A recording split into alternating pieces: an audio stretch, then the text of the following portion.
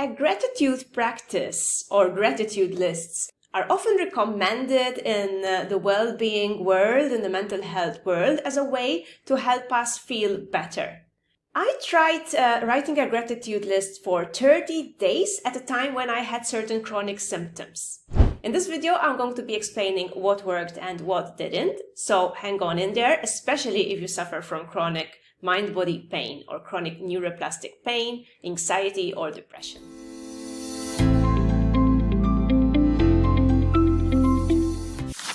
So, obviously, if you're into the self-development world at all, you've heard about the power of gratitude. You've probably heard things like how gratitude, just being grateful for what you have, can make you feel elevated, can increase maybe your frequency, can boost your mood, and can help shift your perspective. I personally never did a gratitude practice specifically in order to heal my chronic pain or symptoms. But there was a point when I decided to try it, when I was going through a time when I was getting really moody, when I was getting certain symptoms here and there, and I knew that they were mind-body symptoms. I know that they had to do with my emotional state right at that time, emotional distress. In fact, if you've been following me or others in the mind-body world, you will know that a lot of chronic symptoms are due to emotional distress. So, to cut a long story short, I decided that every evening before I went to sleep, I would just write down like 5 things that I felt grateful for. And they would include things that maybe sometimes I took for granted, like the countryside around my house. They would include things like my lovely dog, my husband, my friends, the opportunities I had to go outdoors, rock climb, and so on and so forth. So what happened is really interesting, but I'm not at all surprised given my experience in the field of chronic neuroplastic pain. What happened is that in the first couple of days, I felt better about it, and that probably had to do with the fact that I took action to do something. So when you decide to do something for your own well-being, whatever it is, that can feel very empowering and that can be very uplifting, right? The thing is that after a week or so, I started to feel worse rather than better. And my anxiety was getting higher, my moods were getting way worse, I was having certain conflicts. So I thought like, okay, what the hell, this is not working. And yes, to cut this long story short, I felt worse after a couple of weeks of writing gratitude lists. And I know the reason why, and I'm going to share it with you here because this is so important if you are suffering from chronic symptoms. The problem with actively seeking things to be grateful for is that it might lead to what we call spiritual bypassing or emotional suppression and repression. So by just focusing on the things that we like about our lives, trying to focus on those, we risk repressing further those things that are actually causing the symptoms in the first place. So if you have symptoms, whether they're like mental health symptoms like anxiety and depression, or chronic pain, which is also mostly a mental health symptom that's felt somatically in the body. So whatever symptoms you have, today we know that those are as a result of certain tensions going on in the body, emotional distress. And the less aware sometimes you are of the intricacies behind this emotional distress, the higher the symptoms will become, the louder the symptoms will become, the less aware we are of what we are actually repressing. So the problem actually is not gratitude in itself. It's using it as a practice to bypass, to run away from these distressing emotions. It's using it as a practice, as the only practice to try and get better, right?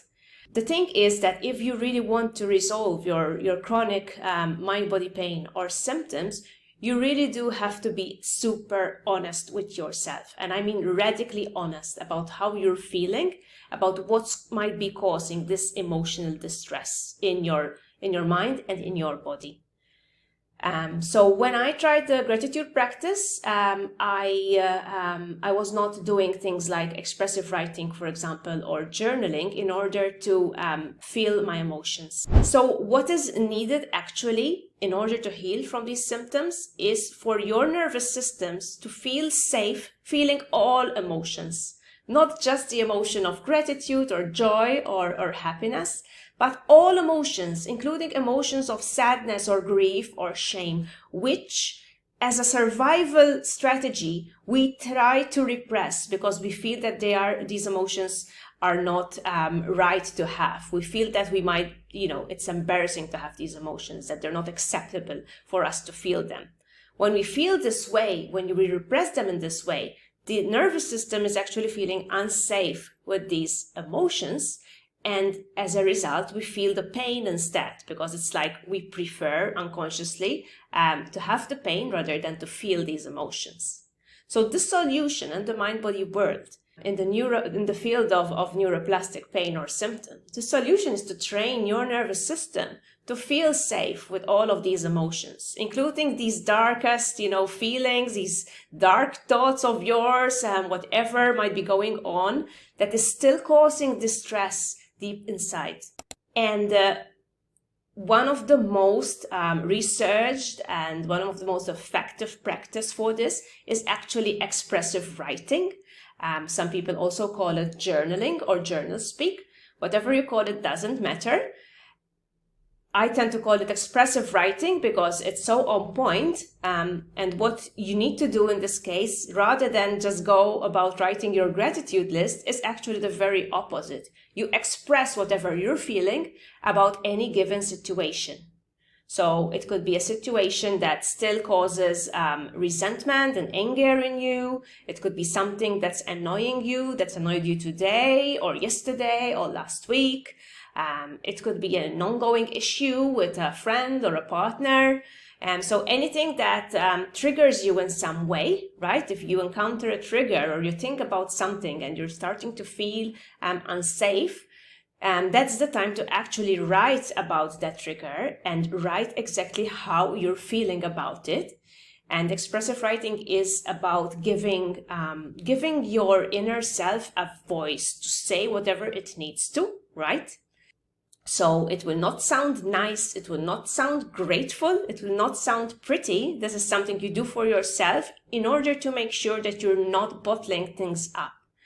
Because when we just try to focus on the positive and ignore the negative, what happens is there's an accumulation of like unpleasant emotions in the body, which we're trying not to feel. And that can cause so much tension, right? So that can cause flare-ups, okay? That can cause your symptoms to get worse. So this is really the heart of the matter here, right? It's to give those emotions a voice, to get comfortable with those feelings, to get radically honest and able to give those feelings a voice, gives those childish parts of you maybe a voice, those parts who are complaining, those parts who are not okay with something in your life, those parts who are still feeling hurt or shamed about something that happened. So after my experience with the gratitude lists, which by the way, I didn't manage to do the full 30 days because I was feeling so much worse and I just deleted that gratitude list and sent everything to hell. So after that, I started an expressive writing practice instead, which is the same thing I had done when I originally recovered from my chronic symptoms, which included sciatica pain, piriformis pain, fibromyalgia symptoms, neuropathic pain. So I remember that when I first discovered the mind-body connection, I journaled or expressively wrote something every day. I followed initially Nicole Sachs' method of journal speak. She's got some videos on YouTube, and she's also got this latest book of hers, which is really powerful, which I recommend if you've never had a journaling or expressive writing practice, because she goes through how you should go about the process. She guides you through it. She gives you some prompts. And I know that a lot of people initially get journaling wrong because they think that they just have to write about what happened. But it's not exactly that. It's a form of of giving your emotions a strong voice. It sounds quite nasty sometimes. Sometimes it sounds rude or harsh, but it's a particular way of kind of purging yourself of these emotions, of making these emotions more alive, which might actually lead to an increase in anger or sadness initially. But it's what needs to be done, because what needs to be done is that we need to allow these emotions to unfold rather than keep them stuck there in the body. So we can definitely follow Nicole Sachs' practice, which describes in this book. I also give guidelines for an expressive writing practice in my book, The Pain Secret, which is also about making you aware of the emotional triggers that are causing distress in your life and in your body.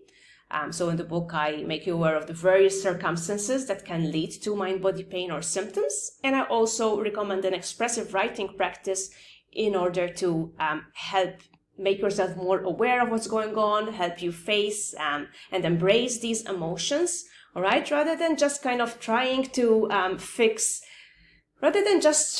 trying to ignore them, or trying to tell yourself that doesn't matter, or just trying to focus on the positive in the hope of getting better. Because we know by now that this does not work. Your unconscious will not believe you, no matter how grateful you think you are, no matter how grateful you try to be. If there's something causing emotional distress deep down, if your nervous system is still feeling unsafe, it won't be fooled by your gratitude lists. And this is not to say that gratitude does not have a place. In fact, the thing is, gratitude will emerge on its own as you start embarking on this deeper healing process. And this is what's so powerful about it.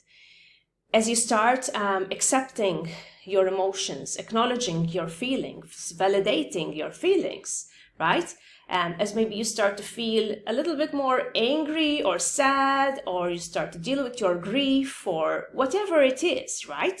Eventually, there's a process that once these emotions increase to a certain extent, they start to subside.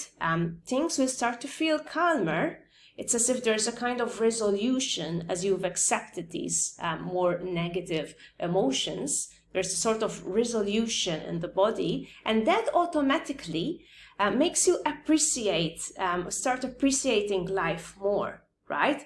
It's as if you've allowed the wave of emotion to go over you, and once that wave is over, now you're left with the calm. Now you can notice your surroundings with gratitude, yes, and it will come naturally. You don't have to force yourself to feel grateful, right? I mean, I know what I'm grateful for, in my life. I don't need to write that down every day.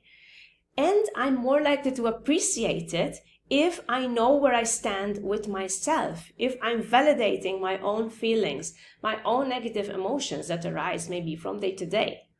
So if you really want to take this work seriously, you have to be brave enough to face these uncomfortable feelings. It's not about reliving your trauma. It's about validating what's going on. It's about being radically honest, right? Allowing those emotions to flow instead of keeping them stuck in there.